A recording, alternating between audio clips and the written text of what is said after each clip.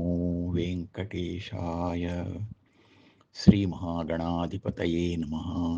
శ్రీరామకృష్ణ గురవే నమః.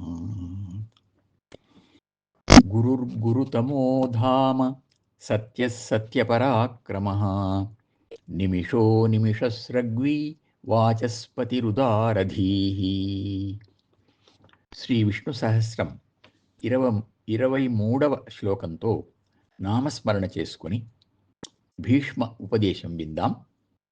మానవులందరికీ మహాధర్మం సర్వత్రా తనను తాను దర్శించటమే అని పితాపుత్ర సంవాదం ద్వారా తెలుసుకున్న తరువాత ధర్మరాజు మానవులు ఆ విధంగా సాధన చేసుకునేందుకు తన వంతు సహాయం రాజుగా ప్రజలకు ధనానికి లోటు లేకుండా చేస్తే సరిపోతుందా అనుకున్నాడేమో. పితామహ, లోకంలో ధనవంతులు నిర్ధనులు అని 2 విధాల ప్రజలు కనిపిస్తుంటారు.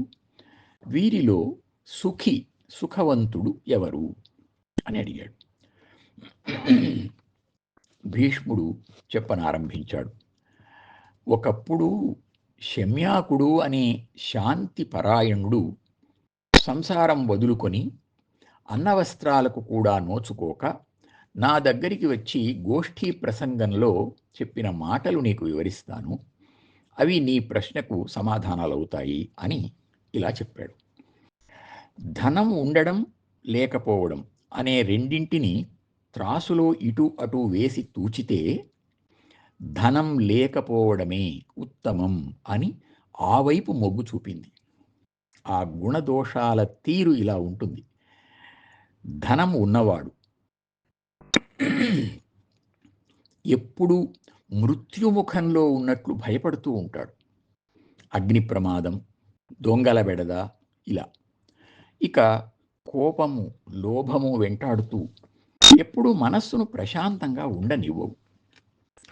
ధనం లేనివాడైతే ఎచ్చోటనైన అధనుడు విచ్చలవిడి నుండు లేదు వెరపించుకయున్ పొచ్చెపు చందం బొల్లడు మెచ్చరె సురలైన పలుకు మృదువైయుండు.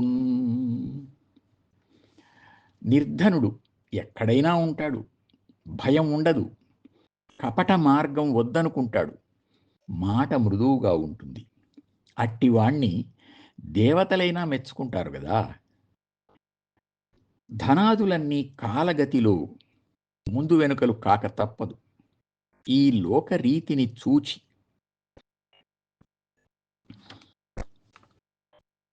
ధనవత్వము దుఃఖకరం బనికని తత్కాంక్ష విడుచునతనికి అధనతాజనిత ఆత్మాధీనత్వంబు అనుపమ సౌఖ్యంబు చేయు అక్షీణముగన్.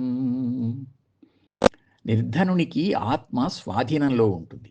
దానివల్ల సాటిలేని సుఖ సంతోషాలను శాశ్వతంగా పొందగలుగుతాడు అని భీష్ముడు చెబుతూ ఉండగా ధర్మరాజు, పితామహ, మరి ధన తృష్ణతో తీరని బాధలు పొందే వ్యక్తికి దేనితో సౌఖ్యం కలుగుతుంది అని ఆసక్తితో అడిగాడు. భీష్ముడు అన్నాడు, ధనార్జనతో విసుగు పుట్టాలి, అప్పుడు విడుపు లభిస్తుంది, దానితో సౌఖ్యం వస్తుంది. దీనికి ఉదాహరణంగా మణ్కి అనేవాని చరిత్ర ఉంది, విను అని చెప్పసాగాడు. సంస్కృతంలో మణికం అంటే ముంత, చిన్న మట్టి పాత్ర. పూర్వం నాణ్యాలను అందులో వేసి దాచుకునేవారు. నేటి కిడ్డీ బ్యాంక్ లాంటిది.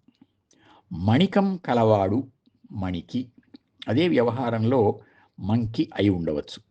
అంటే ధనం దాచుకోవడానికి ఉపయోగించుకునేవాడు దాన్ని అన్నమాట. ధనం దాచుకునేవాడు అని అర్థం. అతడు ధనం కోసం యాతన పడుతూనే ఉండేవాడు. ఒకసారి అతడు 2 కోడె గిత్తలను కొని అవి తప్పిపోకుండా రెండింటికి ఒకే త్రాడుతో లంకె వేసి తెచ్చుకుంటున్నాడు. అవి ఇంకా అలవాటుగాని కుర్రగిత్తలు గనుక గెంతుతూ లాగుతూ వెళ్ళి పడుకున్న ఒంటె మీద పడ్డాయి. అది ఒక్క ఉదుటున లేచి పరుగెత్తసాగింది. గిత్తలు దానికి 2 వైపులా వేలాడుతూ మెడకు వేసిన పలుగుతాడే ఉరితాడై చనిపోయాయి. తన కళ్ళ ఎదుట జరిగిన ఈ ఘోరానికి అతడు తట్టుకోలేకపోయాడు. ఏదో నిర్వేదం, విరక్తి ఆ క్షణంలో ఆవహించింది. చుట్టూ చేరి తనను ఓదార్చుతున్న జనంతో అన్నాడు, సారమతి పరికింపంగ పౌరుషంబు కంటే దైవంబు ముఖ్యంబు కార్యసిద్ధికి.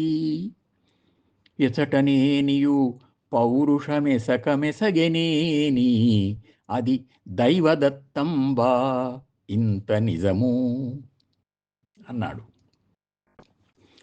ఏమి మానవ ప్రయత్నం వృథ. దైవానుగ్రహమే ముఖ్యం. ఎక్కడైనా మానవ ప్రయత్నం ఫలించినా అది దైవానుగ్రహంతోనే అనేది నిజం అంటూ సుఖంగా ఉండదలుచుకున్న వ్యక్తి ఈ ధనార్జన వ్యసనం వదులుకోవడమే మంచిది.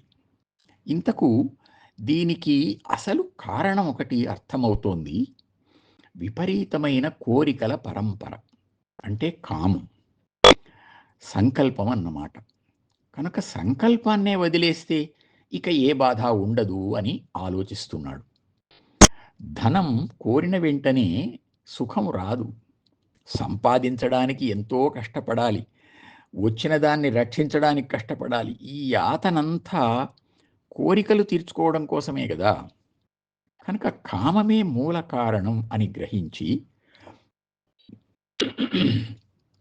దాన్ని సంబోధిస్తూ ఇలా అన్నాడు, సులభము దుర్లభంబో అని చూడని రుంగవు కన్నదానిపై నలముదు కామమా ఇడుమలందగజేయుదు నిండుటేమిటన్ గలుగదు నీకు నీ తెరగు అగాధరసాతల భంగి నీవు చన్పొలమున ఓవకుండి నిను ఉచ్చెద బచ్చన రూపు పోకలన్ అనుకున్నాడు.